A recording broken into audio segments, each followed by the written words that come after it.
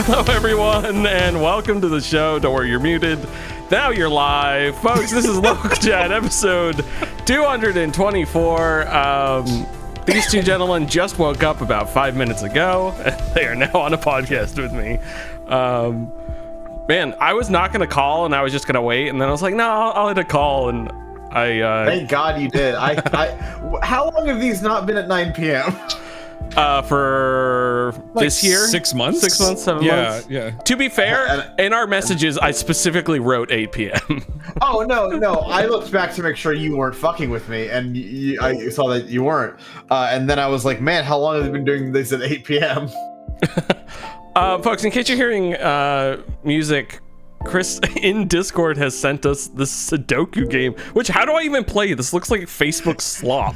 I don't know. I just clicked because I thought it'd be funny. Jesus, I don't want to play this at all. How do I exit twice it? And got the right number, apparently. Wait, are we actually playing together? Oh no, I don't think we are. You have to hit leave activity at the bottom. It's just What? the red button. That is awful.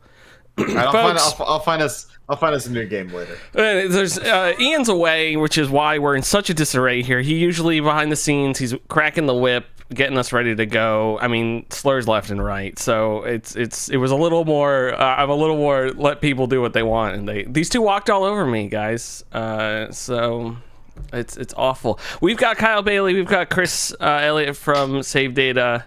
You forgot my last name for a second. It's true. Well, sometimes I just see you like weekly.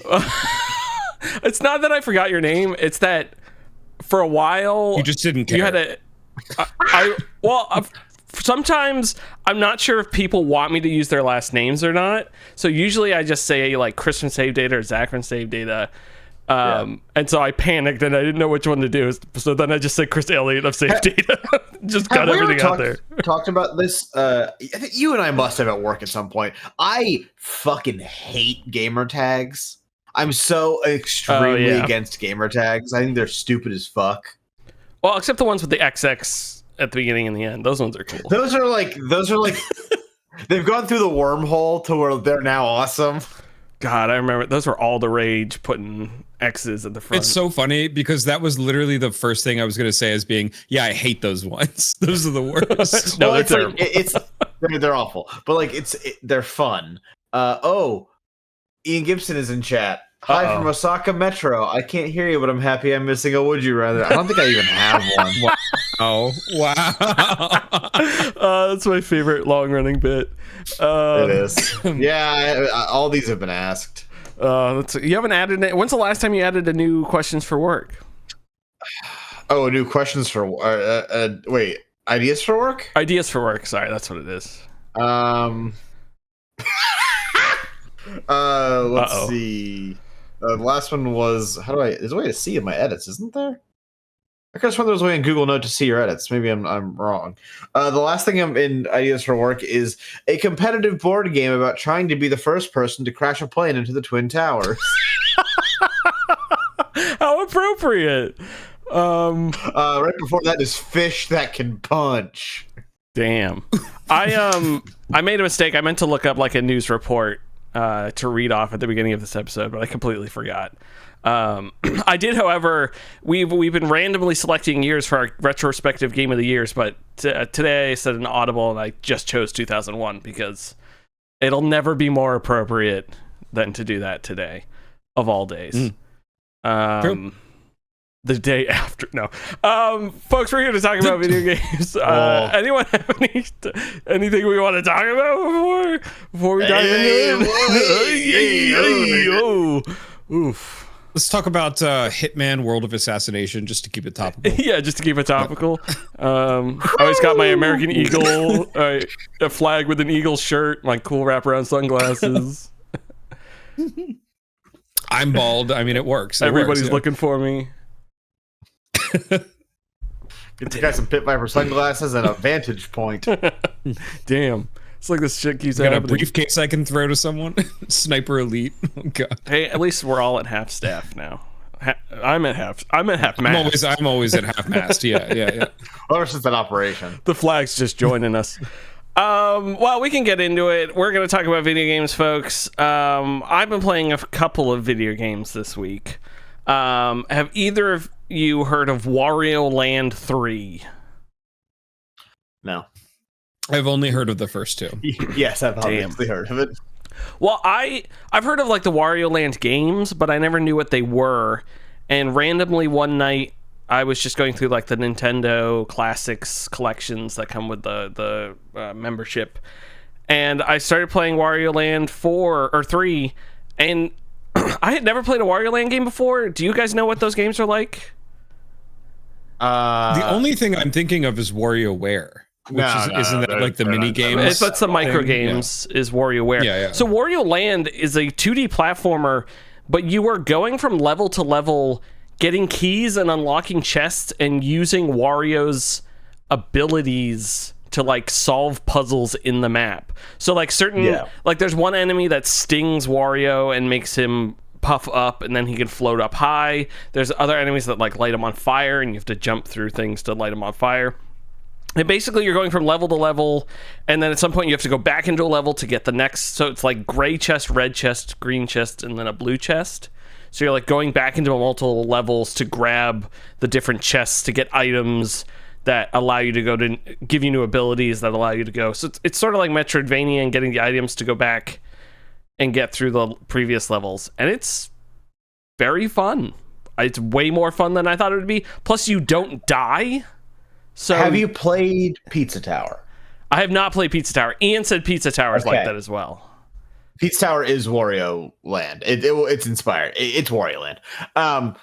Well, I have good news for you, is that when you beat Wario Land, you get to play the best Wario Land game, Pizza Tower, not by Nintendo. You mean Wario Land 4, which is on the Game Boy Advance? Which I haven't played yet. Pizza Tower.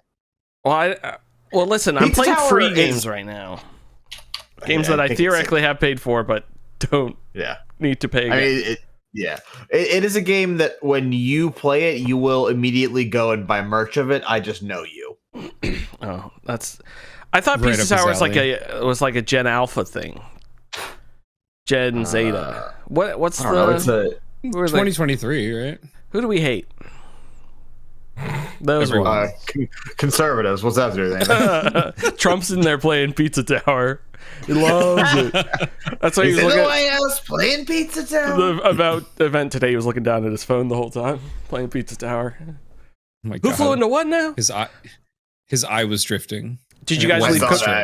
You guys left cookies out for George Bush last night? I always do that. You always do it. But for Kyle, it's unrelated to the date for Kyle. We're on so many tangents. It's just We're on so many tangents today.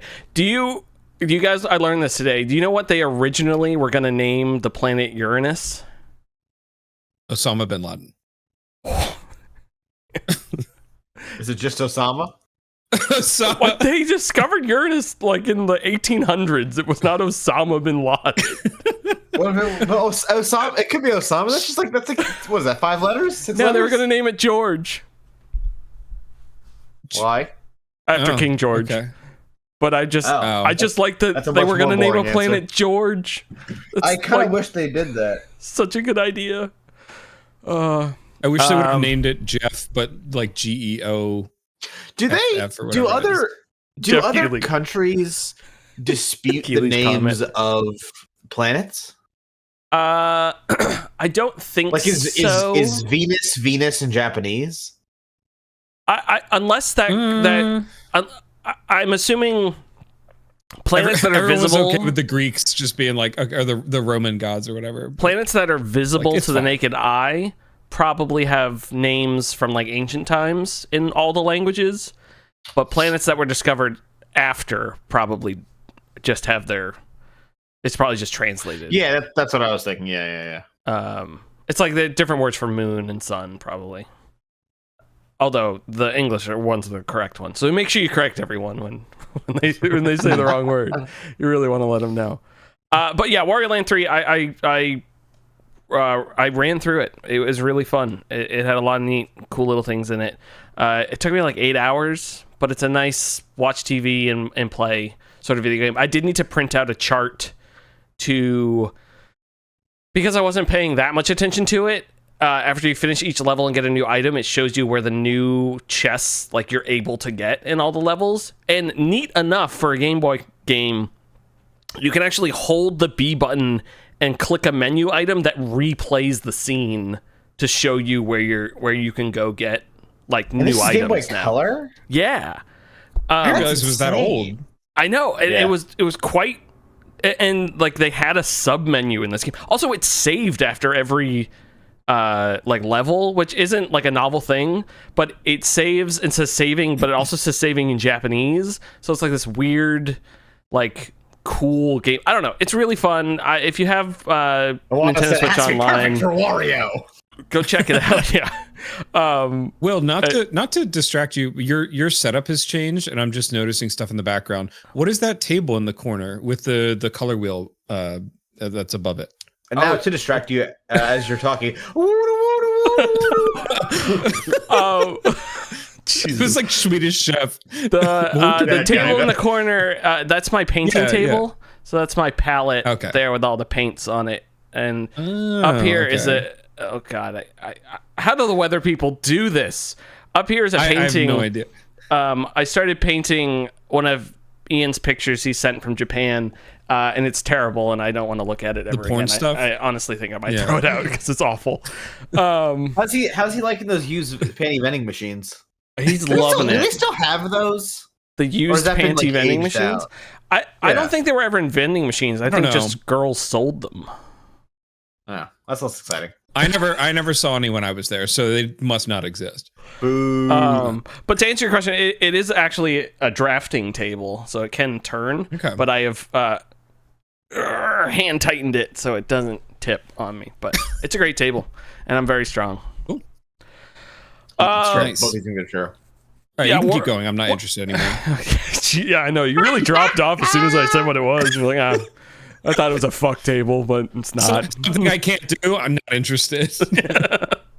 Anyone can paint. I couldn't paint, and now I can somewhat paint. It's pretty Your great. paintings are good. Every time you post, I'm like, Yeah, damn, yeah. I can't believe you used AI on that. It's insane.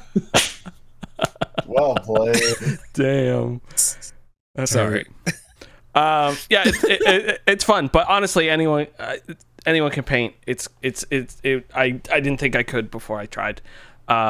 Although I'm now at the point where I think I need to go take like a drawing class because I have to use grids a lot or easy shapes, and I'm like, oh, I should actually learn how to draw because not knowing how, it's like you see what you want to paint and then you can't quite do it because you don't realize exactly what you're doing, and then you get frustrated, and then you have two paintings in your room that you hate and don't ever want to show people.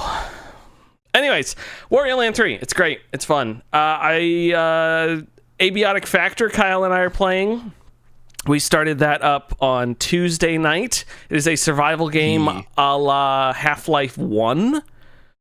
You are scientists in a facility that stuff has gone wrong. There's a lockdown. You have to escape. We actually found the portal to the alien world. Apparently, at some point, like the military arrives and tries to take us out, and other things like that. But we made it down to level 3. Kyle found his anvil, which we were very excited. I did. I finally got an anvil, and then forgot promptly what I was supposed to use it for. So I think it's the repair and salvage table. I think that's what we need it for. I think that's right. Anyways, I can't remember. You started building the fishery table or whatever it was, and I got real distracted. Yeah, and then we ended stream and immediately got attacked by a bunch of those little dog things jumping out of portals at us. Or porcupines. We set that up so if we had set that up like 30 seconds before you ended the stream, the portals would have opened right as we ended instead of after. It was wild. I played a little bit yesterday morning and just went and I think I just built a couple things, found some more stuff. We unlocked like crossbows, and so I was gonna make bolts. Nice. I couldn't find any more rubber bands. I have bolts. I have like 40 crossbows that I made, or 40 bolts, but I don't have the crossbow. Is this just a recap of the stream that already happened on Subpixel? Yes, this is a recap. I played a little bit on Thursday, but it's really fun. if you collect items, it tells you there's a recipe for it, and then you need to put the items into the thing and click on your brain so you can think of the recipe really hard, and then your character will unlock the recipe, which is quite funny. Or we found out you could just share an item with someone and then immediately they know how to build it, which is cool. Like, RuneScape Dragon Wilds is the same. Does the same. It really fits the aesthetic where it's like you're a bunch of scientists working together and you're breaking down all this shit and just shoving it together, and it's really fun. And I'm enjoying it. We'll have more of that tomorrow at 3 p.m. I think, and that will be fun. Abiotic Factor. It's on Game Pass. I was surprised at how much I enjoyed it, and like as soon as you start, it's like, oh, it's Half-Life, but what they're doing with it is so much deeper than just a single player story driven game, and I really liked it. I was so surprised. I thought it was just going to be another kind of like you play it once and it just sort of falls off, but I could definitely go back to it a bunch more.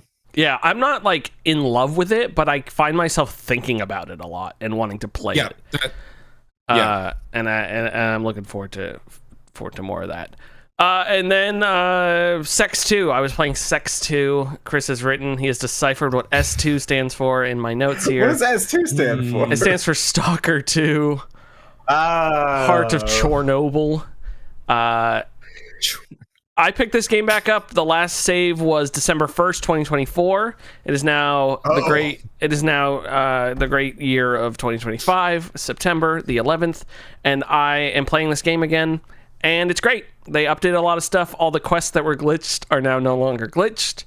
The A-Life seems to be working well in that game, which is it's all the NPCs and how they live their lives. So when the game first came out, none of that was implemented, and now it is implemented where if a character is going to walk somewhere, it simulates them walking the whole way, loads them in the correct space if you go try to find them again, and all that. There's like, I'm pretty sure it wasn't in the launch, but there's leaning around doors now, and like auto lean with the controller, and like peeking doors and peeking ducks and all that sort of stuff. Feels really good, plays really well still. Kind of looks like dog shit on consoles, only because they have that terrible anti-aliasing that makes ghosting everywhere. Oh, okay. I forget what it's called. I think it might be TSR. It just TSR is it's not FSR, right? FSR is the I don't know. It's whichever one DLSS. That like it's the same one that that game that has the lady robots with the boobs in Russia. Atomic Heart. Atomic Heart. Yeah, we got there. It's the same game. With that. That game also had this ghosting, and I remember looking it up, and other people complained about it. It's just super noticeable because it's all foliage, and that is like the worst offender of it because it's trying to do all the anti-aliasing. But other than that, a lot of smearing. Runs at 120 frames a second on the Xbox Series X. Looks really good. Is still really fun. I thought I was doing the final quest today, and then it brought me back in, and they were like, "We're gonna go do this now," and I'm like, "Oh, okay." It just feels really good. It's that little bit more of what the Metro games have, like a little less linear and having a lot of fun, cool shit to do in those games, which is fun. Those are the games I've been playing. They're great. Go check them out. And that's it for the show. We're not going to talk to any of these people. All right. See ya. Bye. I'm going to play Silksong. See you guys. Chris, you want to talk about Silksong? Silksong? Hollow Knight Silksong's out. It's the greatest video game ever made. I am actively doing everything in my power to not, in this moment, pick this controller up and play it while we're on this podcast. Silksong's awesome. Yeah. And like, I just look, here's the thing. I never want to justify them taking 6 years of delays and not communicating with their fan base. It was so worth it, y'all. Y'all, it was so worth it for this game. Are you kidding me? It's so good. How is it good? Why is it good? So I said recently on a Hollow Knight stream over on Save that like if they just gave us more Hollow Knight, we would all be happy. Like the exact same game, but in a new location with new bosses, we'd be happy. Silksong isn't that, and that's what I think is exceptionally awesome about it. Is that like Silksong is a much harder game, first of all, but it's a way more expansive game. The combat is very different. There's a crafting system, kind of. The currency system is way different, all that stuff, and like it has quests. It has, I don't want to get too spoilery, but it has like massive level ups effectively you get for parts of your kit. All shit that like just isn't in Hollow Knight. Hollow Knight is a very by the like, you know, simple bare bones ish platformer that does all the Metroidvania stuff perfectly. Mm-hmm. Whereas Silksong is, now we're going to try stuff, willing to, like, you know, then some stuff will fail. Some stuff I think isn't perfect. Which I think is interesting. The game's awesome. The story is surprisingly interesting because obviously in Hollow Knight the knight doesn't speak, so you don't have a strong protagonist leading the cast, whereas Hornet can actually have dialogue and yell at people. Mm-hmm. The game, I mean, obviously it's gorgeous. It's Team Cherry. They only make beautiful things. And the music's also very good. Silksong is fucking awesome. I currently have Wes, saved it as Wes, up on my right monitor. He's just starting the game. So I'm watching him die muted. So you're the first. Okay, well, let me set the stage. I've never played Hollow Knight. I've never played anything in that series. I don't have a bias against it. I like the art, the music. I've heard is pretty good. You're the first. Larkin's great. You're the first person of like 4, maybe 5 different people that I have talked to who weren't kind of mid on it. You're the first person who's been like, this is all good. And I have only heard sort of like, it's good, but yeah, the bosses are way too hard, or there's so much. What is the terminology when you kill a boss and you have to like go back to it and sort of just instead of just like instantly restarting? I forget what that term is. Boss runs? There's like there's run backs. There's too many run backs. They don't like the currency system, or the fact that there's like 2 different types of currency, but then bosses don't really drop that much. Yeah, I've heard a lot of different bosses not dropping rosaries is bad. That one I can 100% agree. The currency, the economy in Farloom is in shambles. Can't have shit in Farloom. That is kind of the point. That being said, I don't care. This is a video game. Give me more money. Look, I've already purchased every personal item in the game, so like I don't care anymore. But I did have to grind money, which is the thing I never had to do in Hollow Knight ever. Okay, let's talk about the fucking elephant in the room with the boss runs and all that shit like that. I've beaten almost every single boss in this game at this point. I have like 3 left. Get good. I hate to say it. I really hate to say it. I do. But like, okay, the boss run that everyone's talking about was at the end of Act 1. Spoilers, you fight the Last Jedi. Ryan Johnson? Yeah, you fight Ryan Johnson. That one is pretty bad. I agree. It's not that bad. Get over yourself. Here's the other thing is that I do think a lot of people are bad at exploration and don't realize that is the longest boss run of the game, except for one other one that is optional. But that is the longest run of the game. So if you're having trouble elsewhere, it's your fault. And on the bosses being too difficult, this is the one where it's like, oh no, I am a bigger nerd than I thought. Cause I played a fuckload of Hollow Knight. I've done every piece of content in that game that exists.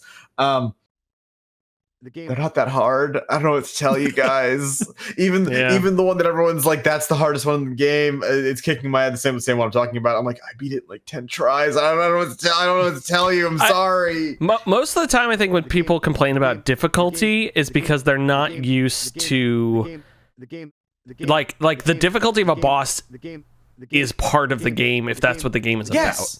Yeah, a boss needs to be. When a boss is too easy, I get upset. There's a boss in Hollow Knight that was in the original trailer, and when I got to them, I was like, oh, fuck yeah, let's go. And then I beat him like my 4th or 5th try, and I was like, oh, they weren't that... Oh, okay. Yeah, I mean, and then there's... On top of that, there's still bad boss design and good boss design. Like, there can be a cheap boss... There is at least one instance of terrible boss design in Silksong. Exactly, and in Hollow Knight... what I played of it, there was like I think there's a boss that hit me after I killed it, and it like blew up or something. It's rare, but it happens. But that like the first time that happened to me, I'm like, okay, I can never be near a boss now once I've killed it. Like that's a hard and fast rule.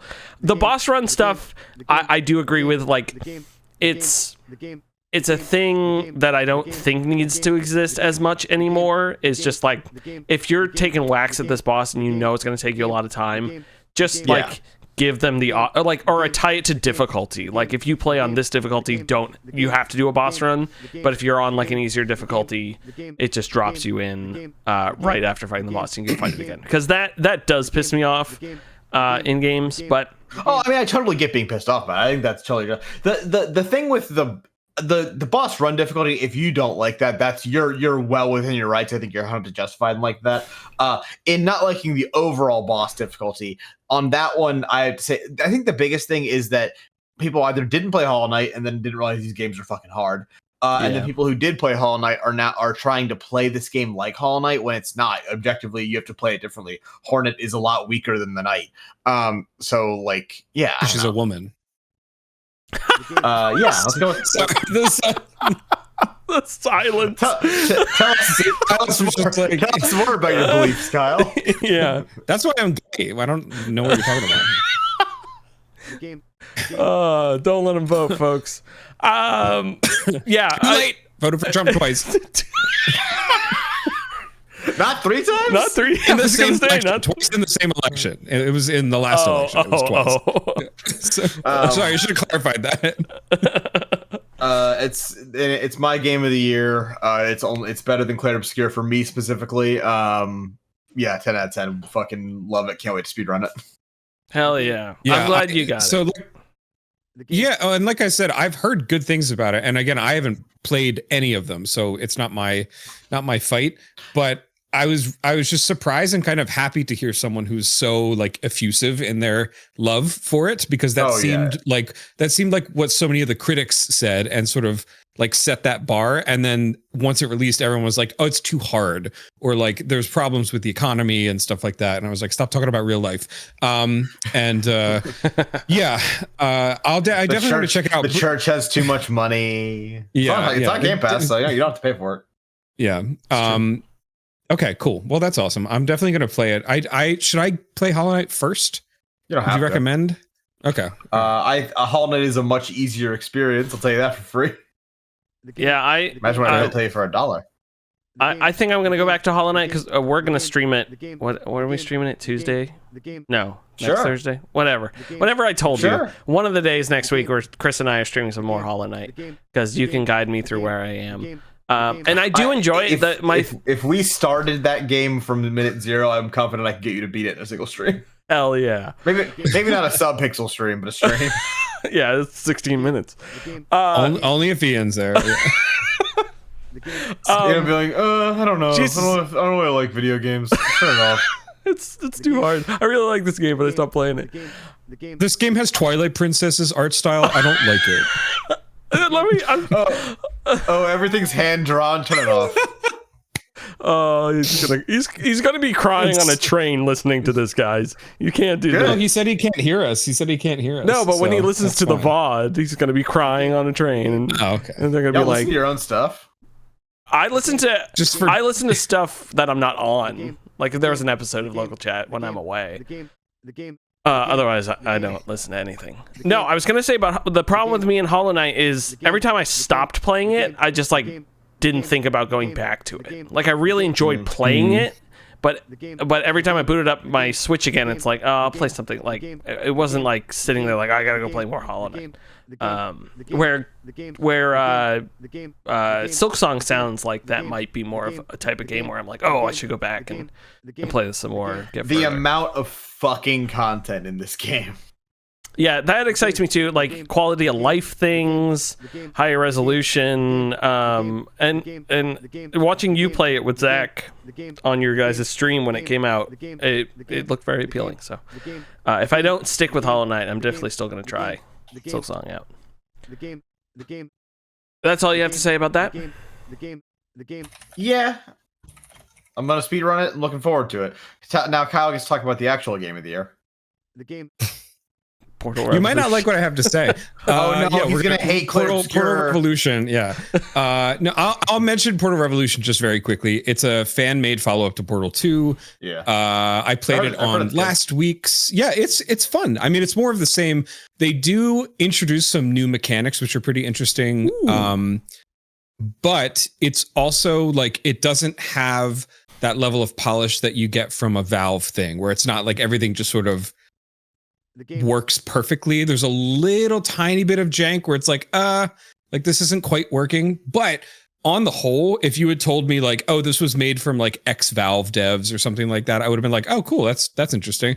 It's fun. It's infuriating at parts because the puzzles are way harder than anything in Portal 2 or Portal 1, which I both thought were, basically. But it's cool and it's free and you can go check it out. And I think it takes like 2.5 hours to 4 hours, depending on how stupid you are, like me. But yeah, that was fun. Anyway, the other game that actually matters is Clair Obscur Expedition 69, and I really like it, but I have issues, and I think I just finished Act 1, and I got big issues with the end of Act 1. If you've played it and you know what happens at the end of Act 1. Will is looking like, I know you played it, but you're looking very confused. I just don't. There's so many big things that happen in the game. I'm just making sure I think I know what you're talking about. Essentially, what I have a problem with is how the story is unfolding in terms of the emotional pacing of the character development, and the stuff that happens on screen doesn't feel like it matches up with the stuff that I might get to experience later on. And like out of context of knowing how it ends, it's very like, it's almost like too European. Oh, you know how it ends? I don't know how it ends. Oh, okay. That's what I'm saying. Like from what I'm thinking of how it might end, or even just like ideas that I might have, it's very like, I can see where they could go with this, but the way that they're taking me there, I don't necessarily like how the story unfolds. It like the prologue, basically, when you're in you're in what is the Lumiere. Yeah, when you're in Lumiere, that is very sort of like traditionally like, hey, we're setting stuff up, we're not explaining a ton of stuff, but once you get through this thing, you'll start to understand. And I was like, if they do that the entire rest of the game, that's great. Like I can totally get behind that. But they sort of stop doing that after a little bit. Like once you get to the island or wherever it is, the continent, I forget what they call it. The continent. There's also too many nouns for things. There's too many like and Destiny was the exact same way, where it was like the Grimiere, the whatever, the, and I was like, just call things by their names. And I don't know, it just really I ended Wednesday's stream in like, I just wasn't happy with where the story was. And the way that they introduce some new characters is really sort of just like janky, and they just sort of appear. There's not really much context given to them. I agree with that. At least I did at the time. Yeah, I don't think if you keep playing, I don't think any of these issues are going to matter. 100%. Correct. Yeah. Kyle, here's what I'm gonna say to not spoil anything about. Here's what I'll say. Firstly, narratively, all your problems will be explained. Is what I'll say. And secondarily, this game does things with narrative I have never seen in a video game. That's all I really want to say. I don't want to like culture your opinion any further than that. Well, and I think my experience has been tinted a little bit by the experience of everyone around me who's played it. The Undertale problem, as I call it. Yes, where nothing is lining up with my expectations for how high the bar had been set based on what I've been told. It's not reaching that at all. Like right now, this is not a game of the year. This is, that was a cool game. That was a cool experience. But it's not clicking. The only thing that's clicking kind of is the music. The music's fucking awesome. Hell yeah. Yeah. And correct opinion. Even like even the high expectation that I had set for that is just like, yeah, no, this rules. Like, this is really cool, super unique, very different from anything else that happened, on any game this year, at least, and even the past few years. I love the story behind the story, like how the team came together and how the game came together. I watched, I think, a documentary that they had released or someone had put out where they interviewed everybody. That was like far more emotionally impactful than anything in the game so far. And I'm waiting for the hook to really sort of sink in, because right now I feel like I'm holding on rather than it holding on to me. And it like I'm trying my best to love this thing, and it's just like not there. So yeah, that's kind of where I am right now. I need to obviously finish the game, but I'm not 100% in love with it. I'm just like, yeah, I'm looking forward to playing more, but it's not like a need to do that. So that's where I am. That all makes sense. I can. That's where I am. I think I was probably in about the same place at the end of Act 1. That's where I am. That's where I am. That's where I am. Yeah, I would just like. I mean, if you're not feeling it, obviously you can stop whenever you want. You can stop whenever you want, guys. It's not addictive. No means no. Yeah. No means no. But I mean, if you want to stick with it and get some payoffs, I think you'll be surprised and happy with how stuff happens. Although, as I'm talking about the game right now, I simply don't remember anything about it. I could not tell you what happens in that game at all at the time. That's not a good thing. That's me with. I can finish a book and then not know a single thing about it. That's where I am. If you ask me a book I read in last year. Oh my gosh, I'm like, I remember like I could quote scenes from like movies that I've seen like twice. Like it's from my childhood, like weird. I don't know, stuff like that for sure. But like if I watched like 4 episodes of a show last night and you asked me a specific detail about it, probably couldn't tell you. That's where I am. That's where I am. Really? Oh my gosh, I'm like, I don't know. You gotta stop doing so much peyote. Yeah, I do a lot of peyote. Well, if you're like, what color shirt was she wearing? I'd be like, I have no idea. That's where I am. I don't know. I don't pay that close attention to things. I don't know. I feel like I could do that. I don't know. Ask me. I also played Clair Obscur when it came out, which was several months ago. That's where I am. That's where I am. That's where I am. Sorry, I'm not up to date on everything. No, I'm just kidding. Yeah, how dare you? You should be sorry. I do remember the ending of Death Stranding too, though, because it was the coolest thing that's ever happened in video games. That's where I am. That's where I am. That's where I am. Still, I really want to play it because I love the first one, but I refuse to play it on PlayStation. I'm just going to wait for PC. How dare? Yeah. If I had any sense of patience, I would wait until it's on PC and Xbox in a year. But I don't, and I'm a nightmare.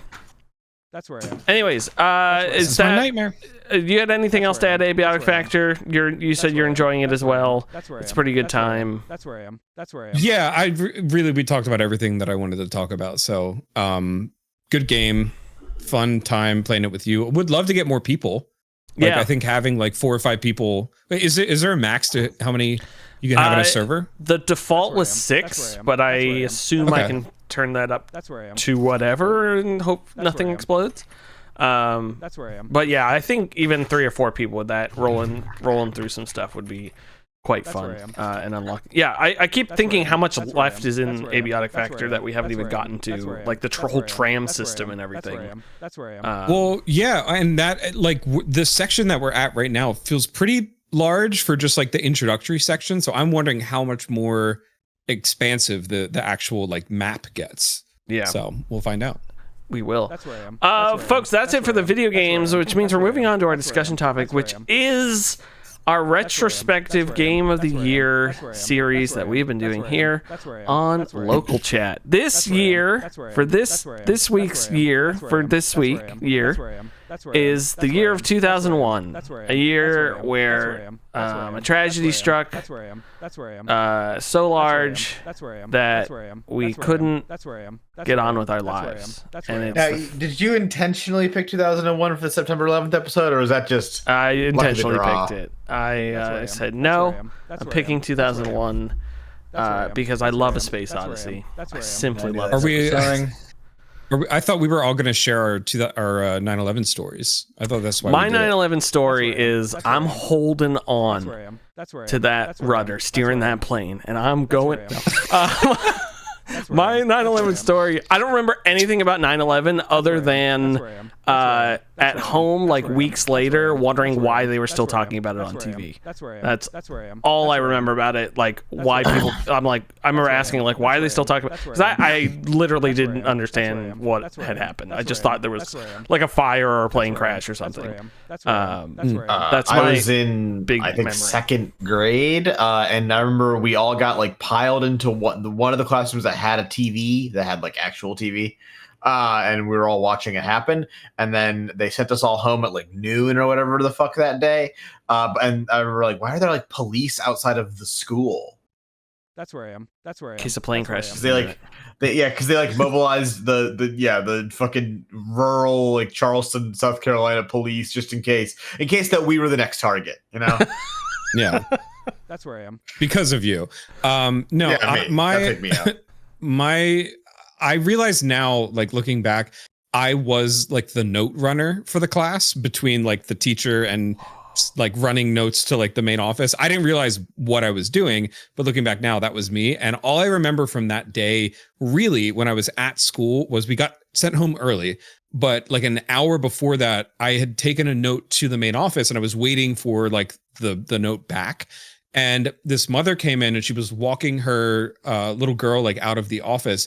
And I heard something about what I thought was the Seattle Space Needle fell over. And I was like, no, that was like one of my favorite buildings. And I got really, really upset. I was like, I always wanted to go and visit like the Space Needle. Like I was like instantly like, did the Space Needle fall over to one of the secretaries? And she was like, no.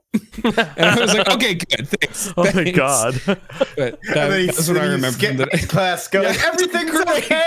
It's so good. Yeah. Guys, 9/11 is not a day that will live in infamy.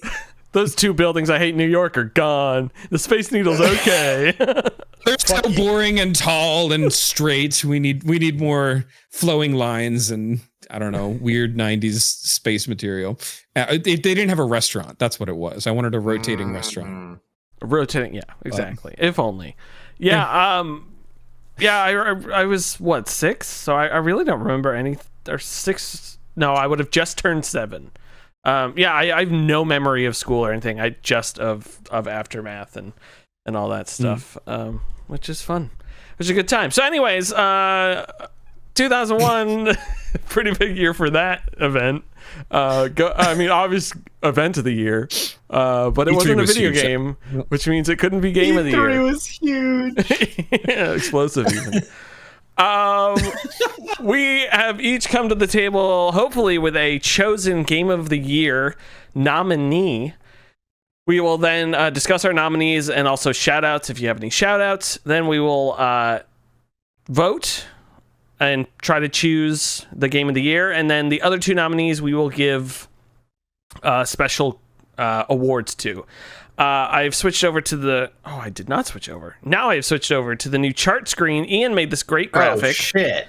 For 2004, we already have... Man, nothing was beating that, huh? Half-Life 2. And for 2009, we have Minecraft. We are doing a mix of like actually... like Minecraft in 2009 isn't what it is today, but without it, it's fairly large. That definitely wins, if nothing else, for like impact. Yeah. So we have... Honestly, same with Half-Life 2. Half-Life 2 was the best game of 2004. We also have Best Play This Game Now game, which is Tales of Symphonia, and the Best Friends Basement CRT was on that game. Episode? Well, yes, David was on that episode. For Star Wars Battlefront. And then for 2009, Minecraft. Best Arkham game, Batman Arkham Asylum. And best that was game... 2009? Wow. Yeah. Best game with a pet llama named after Will. Jake gave it to Torchlight for that category. Very specific Jake category there. Tough category. So we are picking 2001. Who wants to go first? Who wants to nominate and shout out?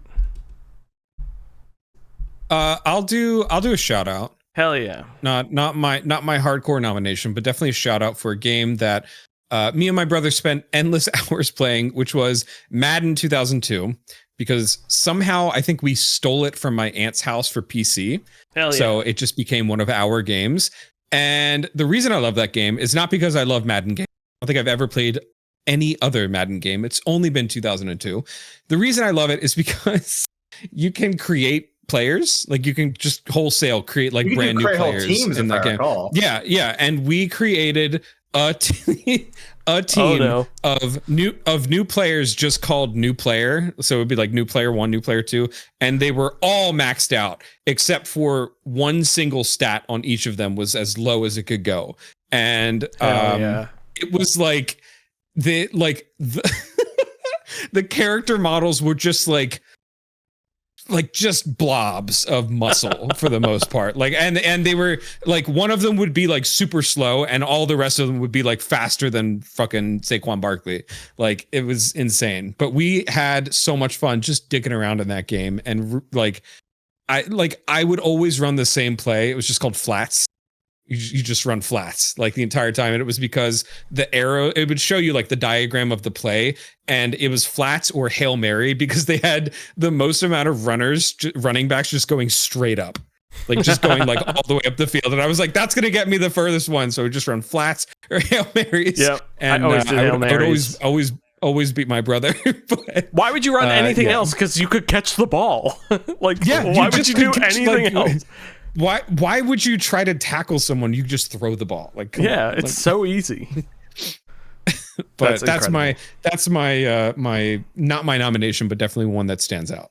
One that stands out. You want to do your other shout outs in your nom? Yeah, I could do that.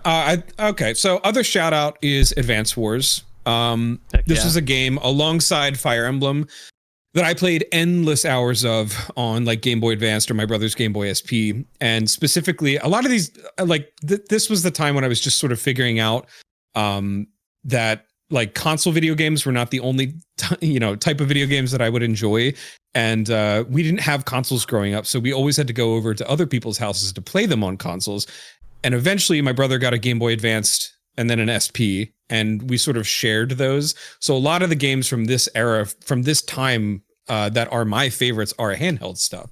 So Advance Wars and Fire Emblem being the two very similar types of games, but Advance Wars was like, we would go with our friends on trips, and Advance Wars had a thing where it was pass around 4-player competitive like map battles.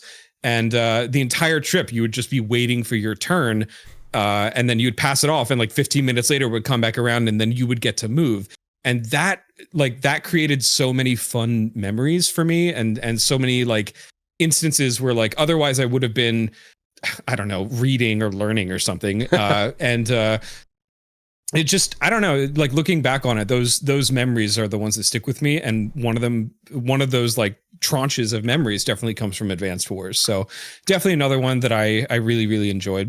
That's neat. I didn't know it had that co-op or that multiplayer system, but the fact that like you don't even get to see the other people playing their turns, like unless you're watching, you just get handed back and you're just like, oh shit, what happened to my army?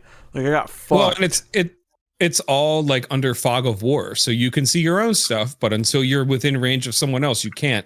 And like you could try and like slyly like look over it. Like if I was sitting, because the way we would do it is my friend had an RV, and the 4 of us, me and 3 of my friends, would sit in these like bar seats, and it was 2 person per. So we would sit across from each other with a table in front of us, and we would just pass it around.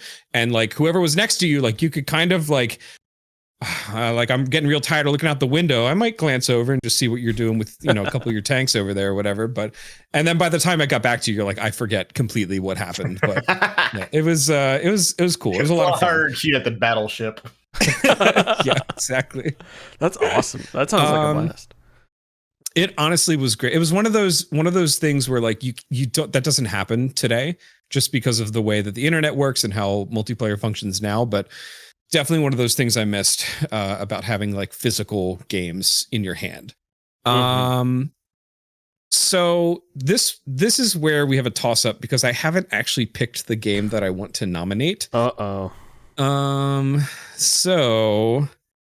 I think what I'll have to do is flip a coin. Say that Halo Combat Evolved is another shout out. It's another sort of like top tier game that was the first like M-rated game I think I ever played, and it was one of those ones where when it came out for PC, did it come out for PC 2001? Now that I'm thinking about it, Yeah, I thought it was the following year. Oh, maybe. I Because I played remember it it was a on separate the launch, at original. least. I played it on the original Xbox, but it was at my friend Natalie's house. So I never played it in Shout out, like Nat. my house. Yeah, Natalie Pagano. What? 2003 was Windows. 2003. Okay, so damn, that was a long time ago. But yeah, I remember going over Natalie's house specifically to play Halo Combat Evolved or just Halo and Morrowind because she had an Xbox and she was my only Morrowind. friend who had an Xbox and she would walk me through like how to play Morrowind. Still remember walking out into Morrowind and that guy with the boots falls down in front of you or whatever the jumping boots or the flying boots or whatever they are. Stuff like that really stands out. But Halo was the one where like we would pass the controller around and just sort of like, you play this chapter, I'll play the next one. And it was truly like, wow. She also introduced me to South Park, which was like, she was like my friend whose family I wanted to be in because they were cool with having their kids watch all the mature stuff or play mature games. And yeah, shout out to Natalie. That was good times back in 2001. All right. Well, I guess this is my nomination. Just gotta get ready. All right. My nomination for Game of the Year for September 11th, 2001, specifically today. Super Smash Brothers Melee. So this game is the most overrated Smash Brothers game. What'd you say? So it is the most overrated Smash Brothers game. Oh, sorry, I couldn't hear you. It sounded like you were saying something stupid, so I just tuned it out. That is not an opinion I have, but it is an awesome inflammatory statement to say to people to really piss them off. You've got that Ian energy tonight, and I thought we were gonna enjoy each other, but apparently not. Well, that's enjoy each other. No, if you want to, like I'm not a huge fan of rage baiting, except for certain nerd things. Smash is one of them. If you really want to piss people off, just tell them Brawl is better than Melee, and then say nothing. Then say nothing, and let them do all the work for you. The 64 one's better than Brawl. I'm not gonna lie. I'm not gonna lie. That did make me a little angry. Yeah. See. No, I played a lot of Brawl too. I mean, I'm just a fan of the series. Oh, but no, Brawl's great, but it's not better than Melee. No, but yeah, Melee was the one that I can definitively say I grew up playing because that was the game that we had on constant repeat. Just everything was settled between me and my brother with a match of Melee. And like that was the first game I can remember playing where I got truly angry at losing and like truly like rage inducingly like I can't believe that happened. And like that, it's funny, that's like a low moment, but then the highs of playing that game, of getting better, of refining your playstyle with a specific character, learning the weird quirks of every map and all the items and stuff. It was just a boundless sort of experience for years. And we would, every friend had a copy of it. So anytime you would go over their house, it's like, oh, you want to play some Smash or whatever? It's like, yeah. I'll go so far to say as it was formative. It was a formative game in my childhood and still something I look back on with extreme fondness and love. And I don't know. It was great. It was one of those like perfectly sort of distilled of its time experiences that you can look back on and be like, wow, that was just a truly great game. And people still play it today, which is awesome and still competitive. And I love it a lot. So that's it for me. Damn. Will and I were at a nerd event last week, and there people turned off Godzilla Ultimate Destruction to play Super Smash Bros. Melee on that makes me so happy. GameCube. I brought my GameCube and set up for people, and of course I put the best Melee game on the GameCube which is Godzilla's Destroy Monsters Melee, because it is the best game with the word Melee in it on the GameCube. But sure. People played Super Smash Bros. As well because it's really good. And of course, two absolute nerds immediately lock in Fox and Sheik and then have an insane match. And to be fair, I was watching it ever, so I was like, oh my god, look at these guys go. It's so Melee Fox was one of those characters where it's like I think I realized like I'm not going to be able to play this character once I get older because I'm not going to be able to keep track of how fast they are. But for right now, I'm good. I played a lot of Melee's my favorite, but I played a lot of Smash 64 because my brothers and cousins were all like 6+ years older than me, so they all played that one, and that's the one I played a lot. And then at my friend's house who had the GameCube is when I played Melee for the first time. I was like, they made another one. That was kind of my reaction to it. You know, that was awesome. Do you know the first time I ever played Super Smash 64 was at my orthodontist office. Hell in the waiting yeah. they had an N64 with Star Fox N64, or Star Fox, Super Mario, and Super Smash Brothers. It was the only 3 games they had, and you would wait your turn. Like people would go and like swap out cartridges. And I think it was the first or second time that I went there. I had braces for like 6 years, so I was in that office quite a bit, and yeah, I probably wore that cartridge out a lot. But it was cool. It was fun. I want to do a Subpixel series where I unlock Ness because I've never done it. And I think you just need to beat it with no lives taken, like classic mode with no continues, I believe it is.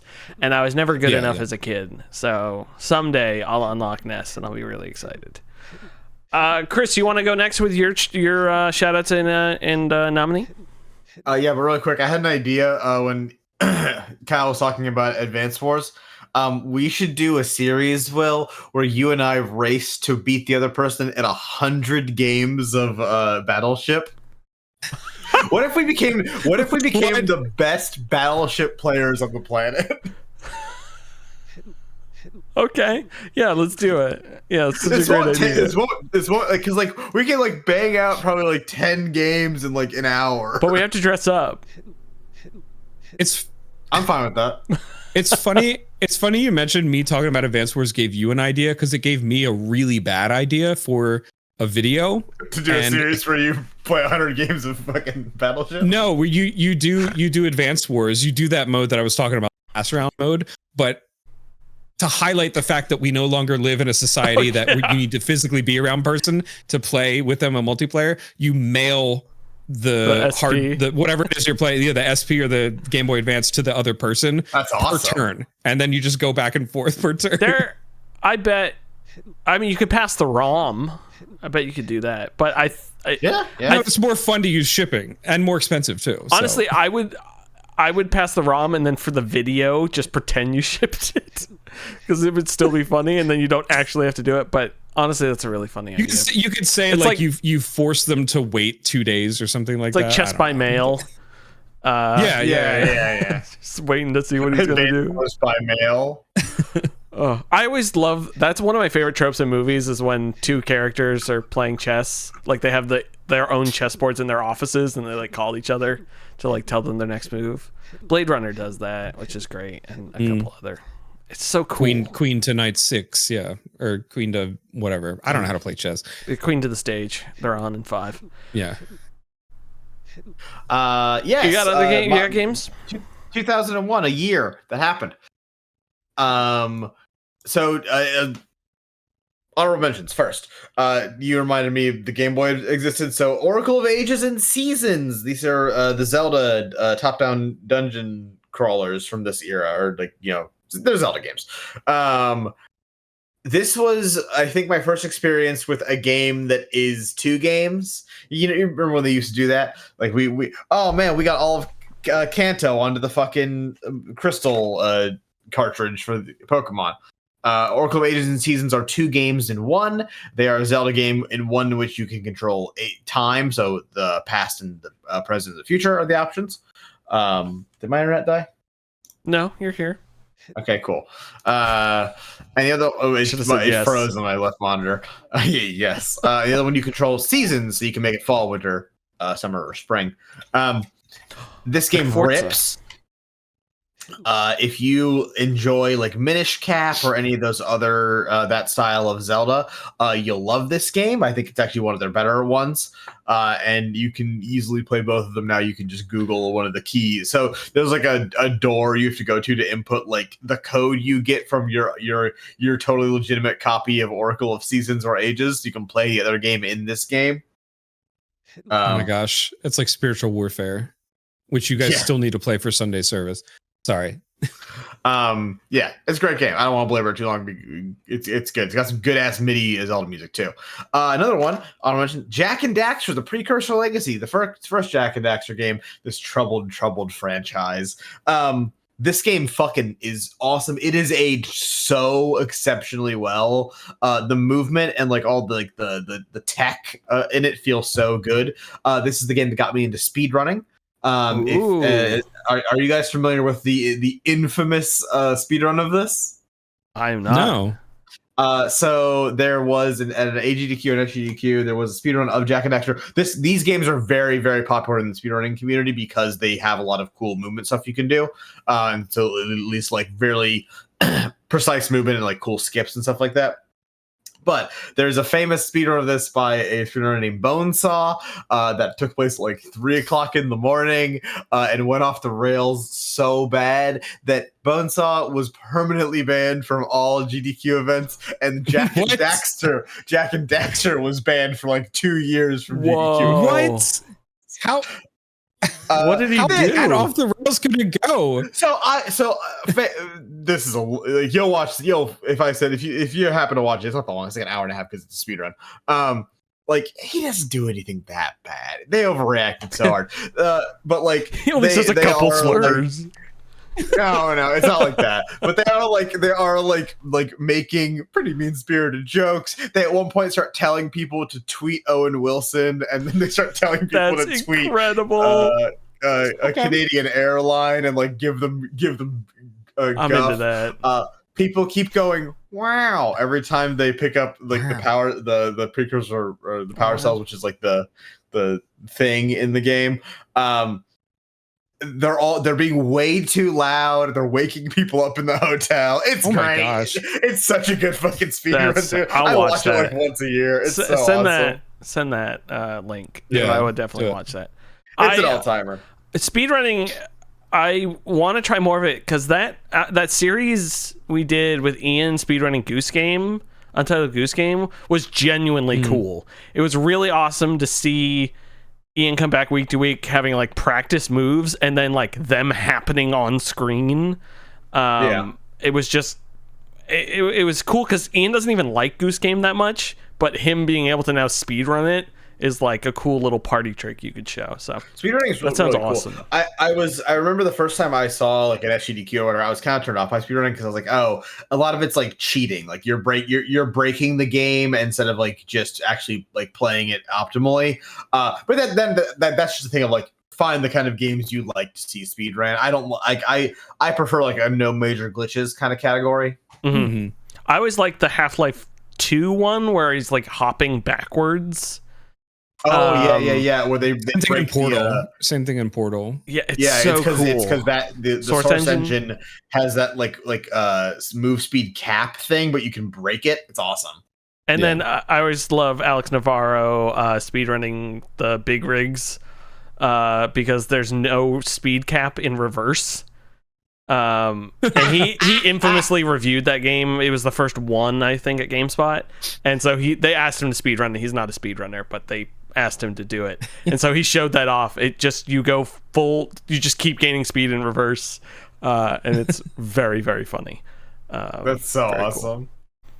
Cool. Is that the big fucking rigs video? I think so. Is that different? Yeah, okay, yeah. It might be. I've always wanted to play Jak and Daxter. That's on my like, when I bought a PS3, it was like, I need to play Last of Us. I need to play through the old Uncharted games, and a bunch of others. And Jak and Daxter, I still haven't gotten to. Jak 1 holds up super, super well. Jak 2 is not great. Jak 3 is pretty awesome. Sly Cooper's another series I want to play. Yeah, Sly Cooper. I've never played it so well. Minus the first one doesn't age great, but 2 and 3 age phenomenally. Spyro, I've played a little bit of just because they came out with a remaster. Same with Crash Bandicoot. I want them to reboot Spyro so bad. Yeah, those old games.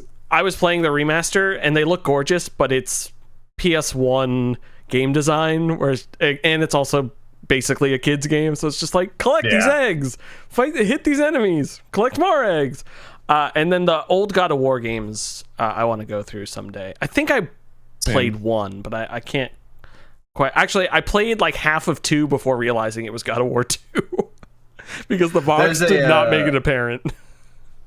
There's a category of speedrunning called God of War demonetization runs, where you have to make it to a sex scene in each God of War, upload it to YouTube, and get it demonetized in order, and then you complete it when all the videos are demonetized. That's awesome. That's insane.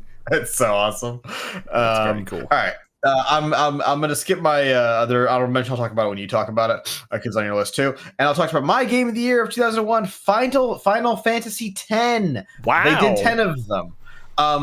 This game is awesome. It's definitely the first JRPG as a kid I poured just an ungodly amount of hours into. Like, I played Final Fantasy 7 and 8 and 9. And I was like, these are fun, and I beat them and I put them down. 10, I like did all the optional content. I grinded everything. I maxed out every fucking thing I could. I did all like the weapons shit, all that stuff. 10's an exceptionally good game. I think it is, despite being a typically highly rated Final Fantasy game, I think it is one of the most underrated Final Fantasy games because it is so fucking good. It is Clair Obscur. They took the whole combat system and said, yo, what if we made that again and made it in France. Also, this game looks so fucking good for 2001. Those CGI or whatever cutscenes still look insanely good, which makes sense because at the time they were the most expensive CG ever made on the planet Earth. Hell yeah. They would hold that title until Avatar. The Last Airbender? What? I know, but James Cameron's. James Cameron. James Cameron's The Abyss 2, going deeper. That's great. Final Fantasy X and X-2, there's a bundle with those two, and every time it goes on sale, I think about buying it and playing those games. Well worth your $1. I would also just say, like, go to like CD Keys and get it for like $3. I still need to finish 7, and I still need to finish 7 Remake. I'm like not that big of a 7 fan. I think 7's like it's obviously an excellent game, but I think it's it's Undertale. It's a very, very good game that is overrated because people tell you it's the greatest. Which is funny because I hate Undertale. I think it's a terrible video game. I don't actually think Undertale's a terrible video game. I have tried it 3 times, and every single time I have not been able to play it. It just seems like a children's I tried it once video game and I got like an hour into it, and I was like, this is not for me. Not at all. Yeah. I think you might want to go in, like, were you doing any kind of run? Do you even know what that means for Undertale, or like were you just playing the video game? I remember the flower turns mean, and then you meet a lady, and I'm pretty sure she touches me inappropriately, and I'm like, you should do a Subpixel series where you guys do a pacifist run of Undertale. That's where all the good memes are. Honestly, would be fun. Well, I don't want to steal all of Safe Data's viewers. all the Deltarune freaks. All the Deltarune freaks. Yeah, actually, I don't want to get into this. I don't want to deal with this. My games. Whatever. Don't talk about it. My video games. Kyle had me worried. You had me sweating. I had to Google. First of all, Godzilla came out in 2002, so we don't have to have it go up against Super Smash Brothers. But also, Morrowind. Godzilla is a lizard. Godzilla is a lizard.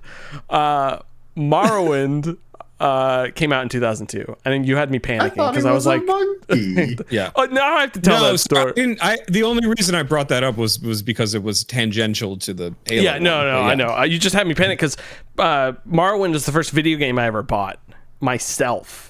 Really? Wow. Yeah, I went to the EB Games in the Cape Cod Mall and purchased it. EB Games. And then I took it out of the bag and walked around with it out of the bag, and my mom yelled at me because she said people will think you stole that because you took it out of the bag.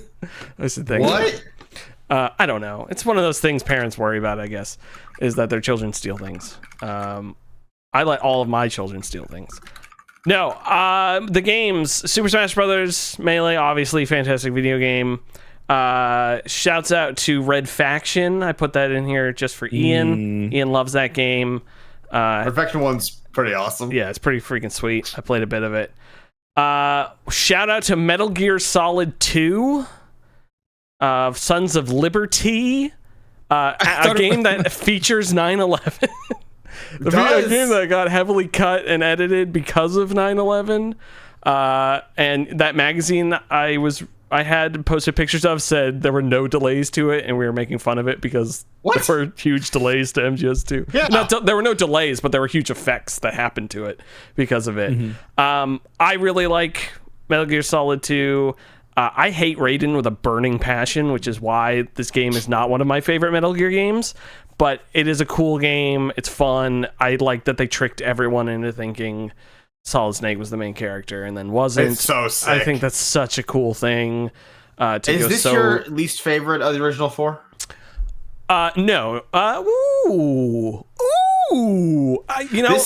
This is Zach's favorite Metal Gear game. I know, that's crazy. Least favorite. Thank you. Least favorite. It's been normalized. Least favorite sounds mean because all 4 are fantastic. I mean, the game still rules. But I just don't like it as much as I like the other 3. 3's my favorite. I love 3. 3's my favorite. 3's the first game I played without a guide. The first Metal Gear game I played without a guide. I didn't need I think I looked up 1 or 2 things about bosses, but it was easy and not archaic. So I looked up how to do the end thing because a friend of mine told me about it on the playground at school. You waited the 2 weeks? No, you could set your clock in the PlayStation ahead. Right. I forgot about that. I googled how to do that because I was like, "That's awesome." How to set a clock. I had a game FAQs thing open about. Here's how to go into your PlayStation settings and fucking. It's so good. Yeah, that game's just great. The ladder scene in Metal Gear Solid 3. Sorry, I don't know why I'm talking about 3 more. But yeah, I don't know if 2 is just my least favorite, but it's not a bad game. But yeah, it probably is my least favorite. It's a great game. I think it goes 3, 1, 4, 2. I really like 1. Yeah, that's my exact rating. And 4 is fun, except for the 17-hour of cutscenes. Yeah, 4 is awesome. It is just a movie. Yeah, it's a good movie, and you get that little cute little robot, and what's her face is cooking eggs a lot, which is great. Love eggs. And Johnny poops himself. Oh, and the war guy with the monkey. The war arms dealer with the monkey. MGS 2, it's shout out to that for the year of 2001. My nominee is Halo Combat Evolved 2001. It is, I don't think modern shooters would be anywhere without Halo. Obviously Doom and Quake, and did Unreal Tournament come out pre-Halo? I think so. Did a lot for online shooters and arena shooters and boomer shooters.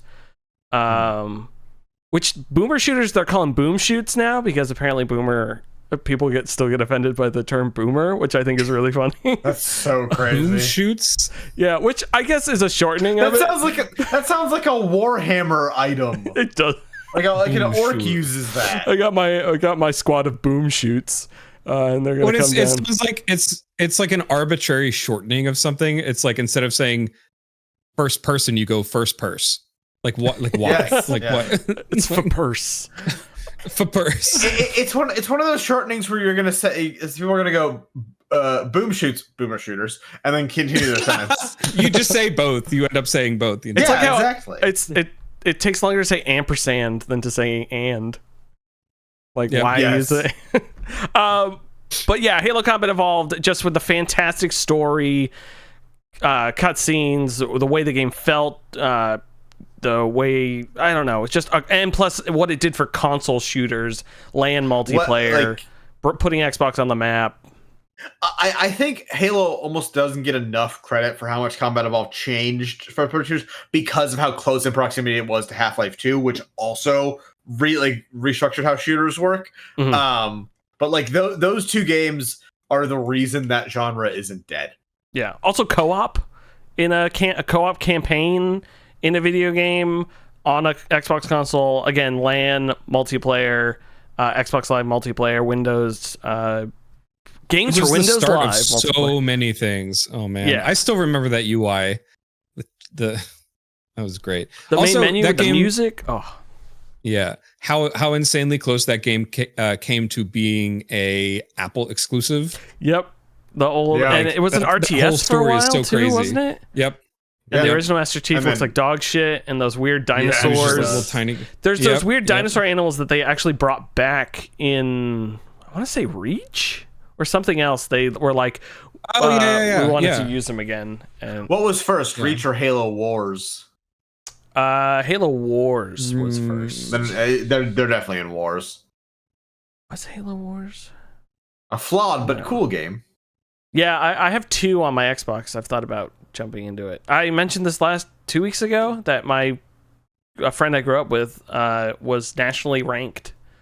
He was like one of the Really? top 10 players of Halo Wars. He gave me the collector's edition of 1 or 2, which is why I have this U.S. Spirit Whoa. of Fire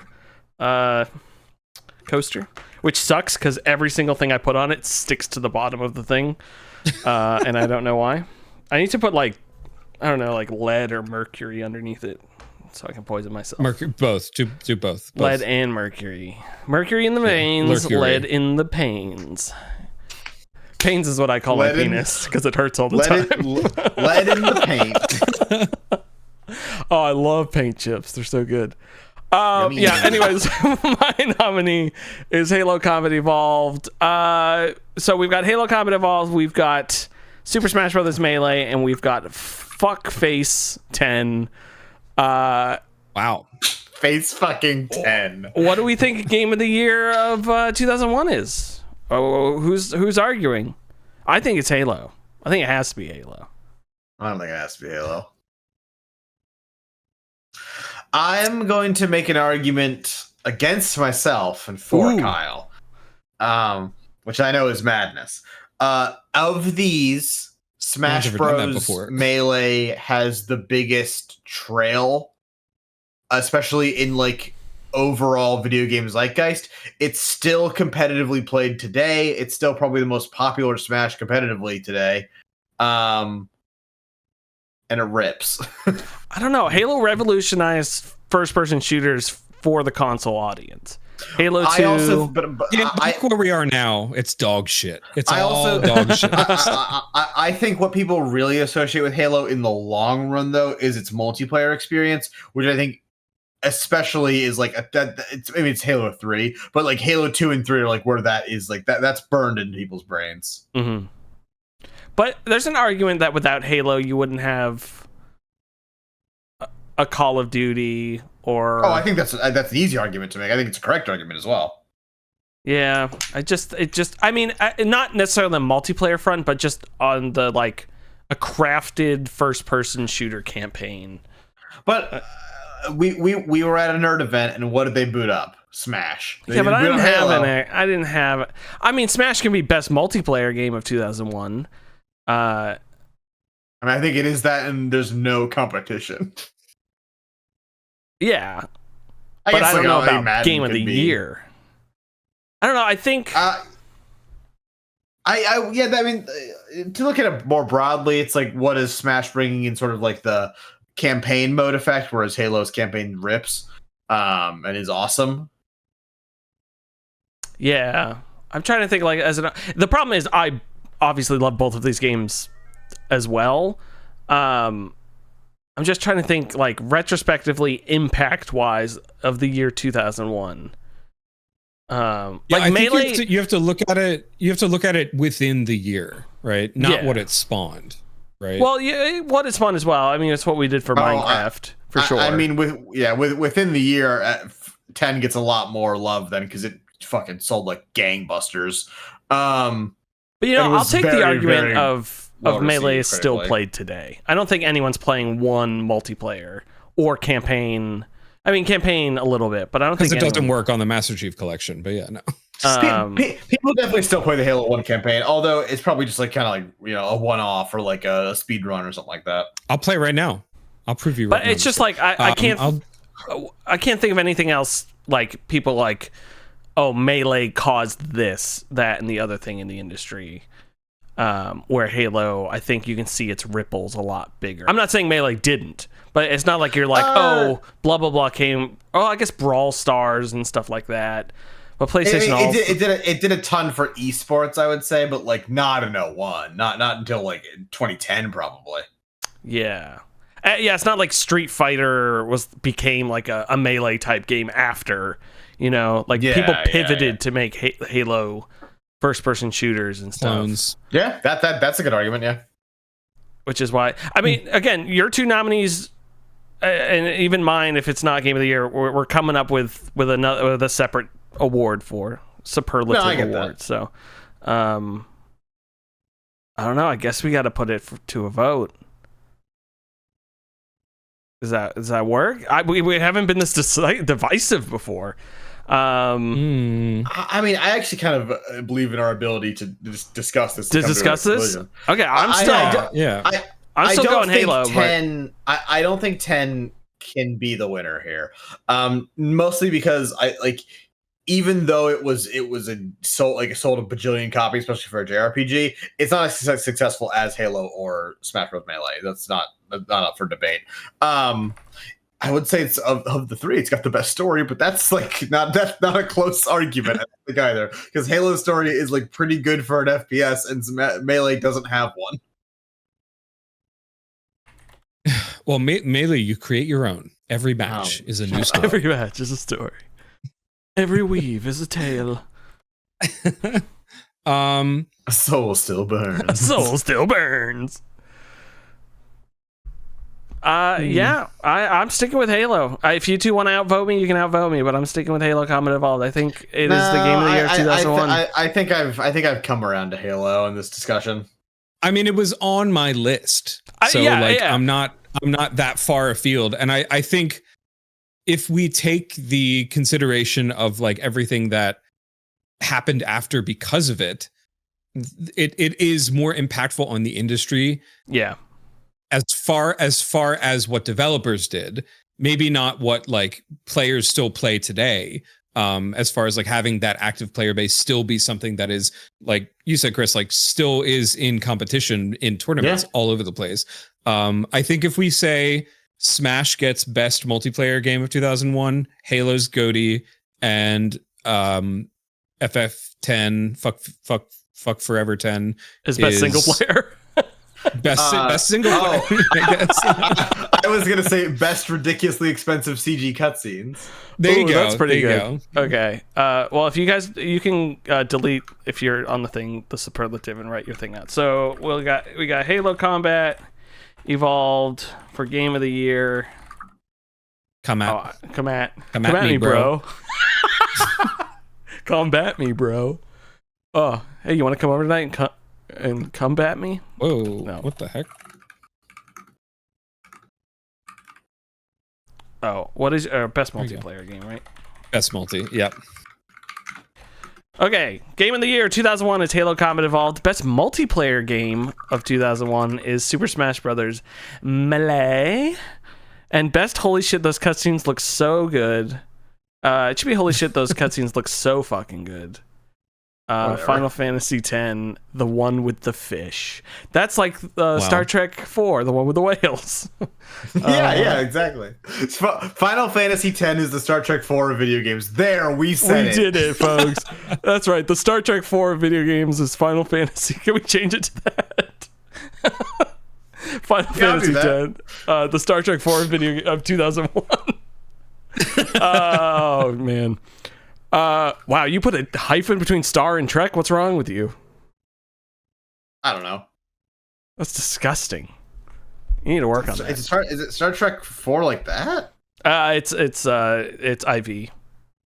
As my brother and I were talking about the other day, we used to always call it the Tantive IV because we didn't realize it was 4, and now saying Tantive 4 just sounds wrong to me because for years we called it the Tantive IV because we're idiots. And Roman numerals are for babies. They're for weirdos and freaks. And freaks. So that's it, folks. If you have any complaints, feel free to lodge it in my ass. Please. Please. I need it. Please lodge it in there.